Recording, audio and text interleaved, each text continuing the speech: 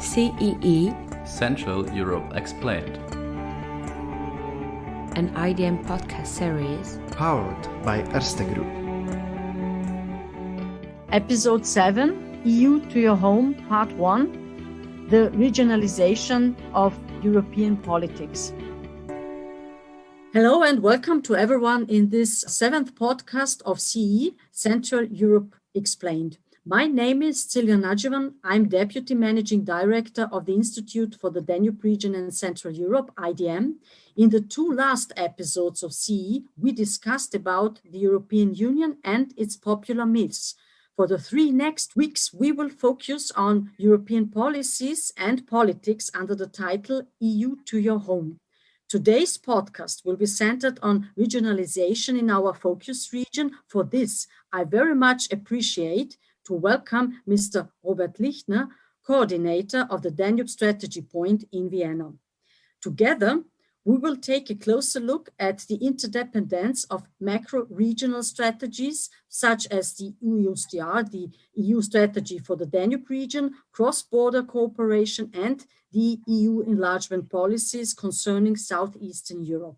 So we ask, which concrete positive effects does the EUSDR 10 years after its implementation have for the 115 million people in the 14 Danube region states? To what extent are these outcomes tangible on the individual level? Which strategies do exist to foster the visibility of successful EUSDR project outcomes? Mr. Lichtner. Hello, everyone. Thank you very much for the invitation to the interview. Well, you have asked quite a complicated question, and I hope that we will be able to get some answers to your listeners. So where I would start at the beginning is just to briefly explain what the macro-regional strategies are, because as you said, this might sound a bit complicated to some of your listeners. So to the European approach, a macro-regional strategy is basically an integrated policy and thematic framework which was endorsed by the European Union. And the idea behind it is cooperation among states, among a specially defined geographical area, which relates to EU member states and not EU member states as well.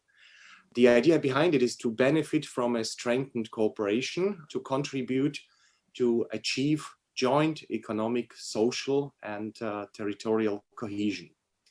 When we revert to the EUSDR, the EU strategy for the Danube region, we have to say at the beginning that we have quite a huge geographical area which unites the Danube region. We start in the Black Forest in Germany and end up in the Black Sea. So we have, as you said, 115 million inhabitants here. And the binding link here is the Danube River, which is also called the most international river in the world. We have 14 member states in the strategy. We have 9 EU states and 5 non-EU member states. And this makes it very interesting, but also very complicated to work together on a so-called European territorial cooperation. So what we try here since 2010, when the strategy was established, is to work together and to try to tackle challenges which go beyond single states. So we are speaking about challenges that know no borders, that single states could not efficiently handle on their own. When we speak about things like environmental pollution, biodiversity, sustainable development, growth, clean energy, and all these kind of topics that have been on the European territorial agenda as well. So what we try to do here is to take up the challenges and to join together 14 states, 14 EUSDR member states, EU and non-EU states, and try to coordinate their policies on national, regional, and local level. This might sound more easier than it is in the reality, but on one hand, so you have the territorial cooperation, the policy coordination, and on the other hand, you focus on these topics that I explained.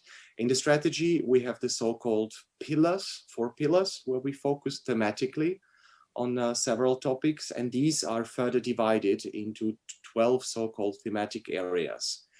So if you imagine themes like navigability of the Danube, quality of the air and water, knowledge society, security, so all these kind of topics are being dealt with since 2010.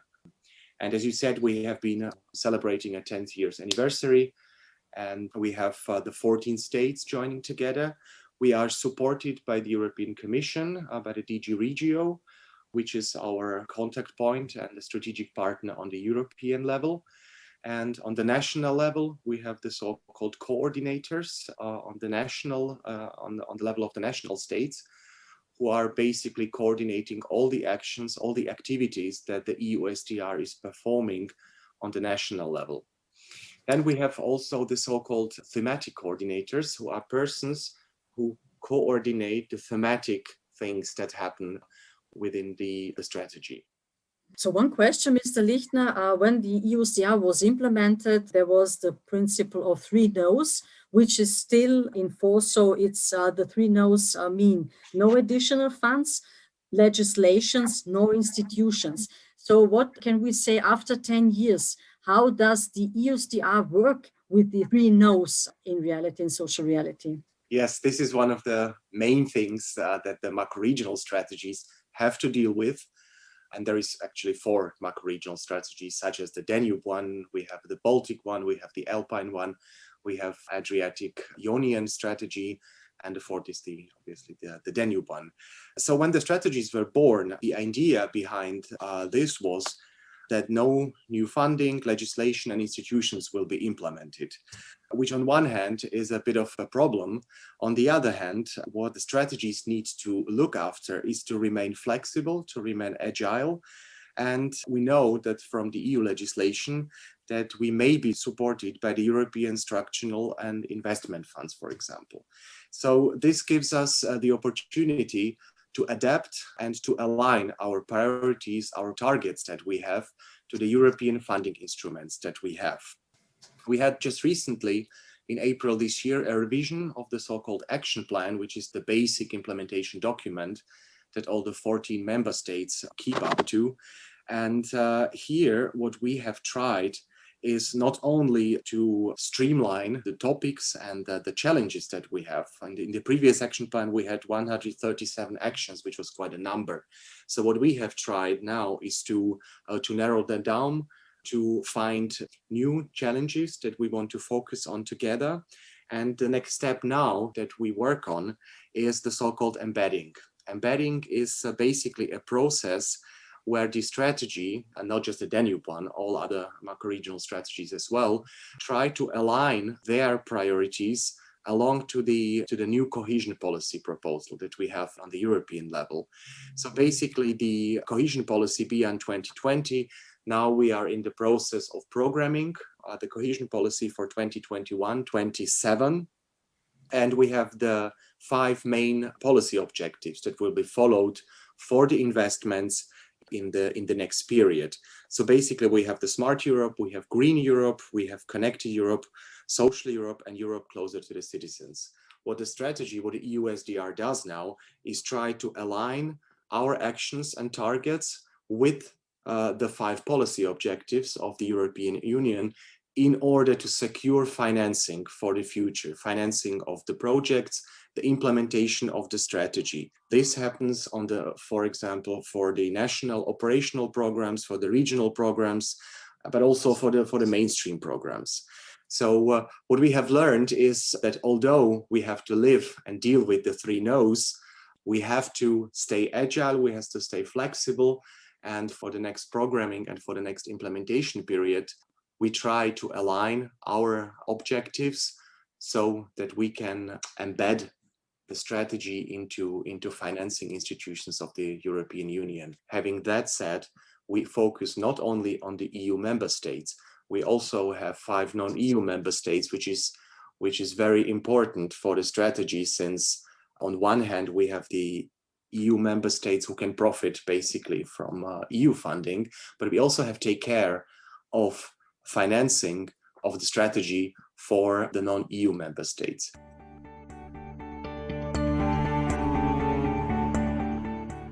What is your experience about the acceptance of the EUSDR among the non-EU member states? Because the impression when the EUSDR was implemented that it was perceived by several stakeholders and commentators of the public discourse in such countries such as Serbia, that it was kind of substitution for EU integration. And what is now 10 years later, the experience with the strategy and also with European cohesion and also EU enlargement perspective? It's definitely not the case. I mean, the non-EU states, and we have 5 of them, we have Bosnia-Herzegovina, Montenegro, Serbia, Moldova, and Ukraine.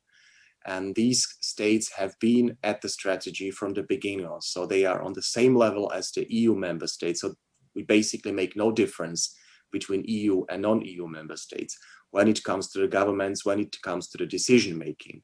And especially within the revision of the action plan, all 14 member states have agreed that the integration of the non-EU member states is one of the key priorities also for the EUSDR, for the Danube strategy. So we especially take care also of the West Balkan states for the accession process. And here, as I said, we also strive for the financing of projects and for the implementation of the strategy. Moreover, we have at the moment the so-called presidency, which is one state out of the 14 for each year, who is presiding the strategy and who is setting up political initiatives for the whole strategy. For this year, for 2021, we have Slovakia, which has taken over the lead. And for 2022, we have the first non-EU member state, which will be taking over the presidency, which is Ukraine. So also on the symbolic level, you can also see the importance and the significance of non-EU member states in the Danube strategy. And talking about Ukraine and the non-EU member states, what is your perspective regarding the communication and also understanding among stakeholders on the Brussels levels, the national levels within EU member states and also within EU non-member states, and especially also regarding the historical context, because as you mentioned, having Ukraine as the presidency holder in 2020 is indeed very symbolic implementation and political reality then. Well, when it comes to the communication, we have several levels where we focus the communication activities that we have. So on one hand, it's really, really vital within the strategy to involve all the stakeholders on national levels. So this is one thing that we really strongly focus on. The second one is also to get out, to speak to the citizens, to talk to the people from the Danube region, to explain that activities that we take all together are for the good of the whole region. And especially when we also speak about the revised action plan, which is also a political document for the whole strategy, we have also seen, and this is what all the 14 states agreed to, is that we have to also focus on the civil society. We need a strong involvement of the civil society, of the young generation of the Danube region as well. We have also some of the topics that we talk about, and not only talk about, but also try to implement, is to focus on democracy, to strengthen the democracy in our states, in all of the states, especially in these difficult times that we live in, not only focusing on COVID-19, but also on several European processes that are everything else than easy at the moment. So democracy, rule of law, sound administration, these are also topics that the strategy deals with. And this is also something that we as a strategy try to support in our states, be it EU member states or not EU member states.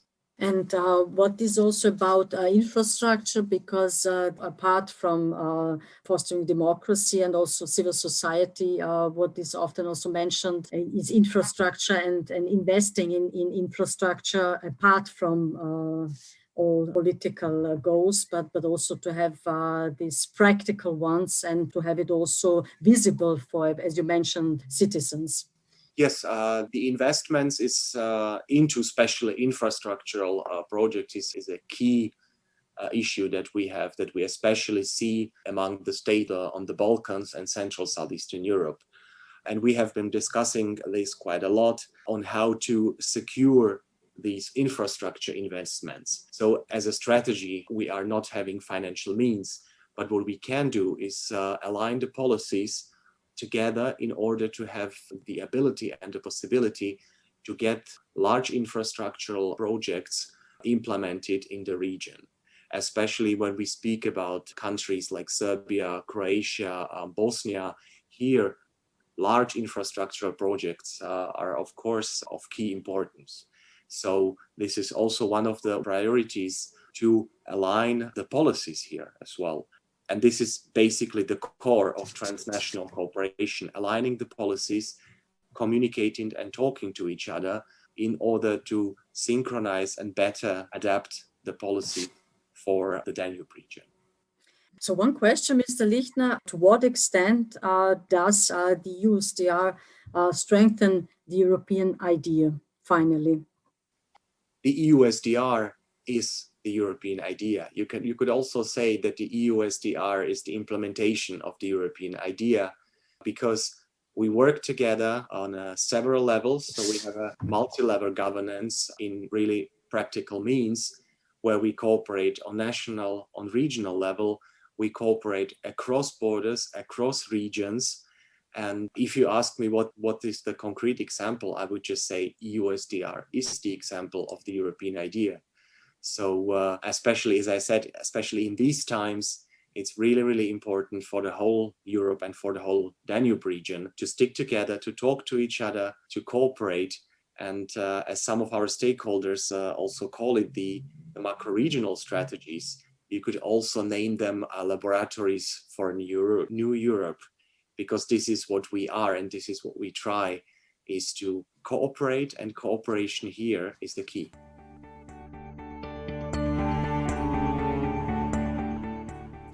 Many thanks, Mr. Lichtner, for your deep insight into the EUSDR and also offering prospects and for all the input. And this is perfect basis for the second part of our series of EU to Your Home. In the next week episode, we will discuss on current European integration politics, also in the most remote areas. Thank you and see you soon.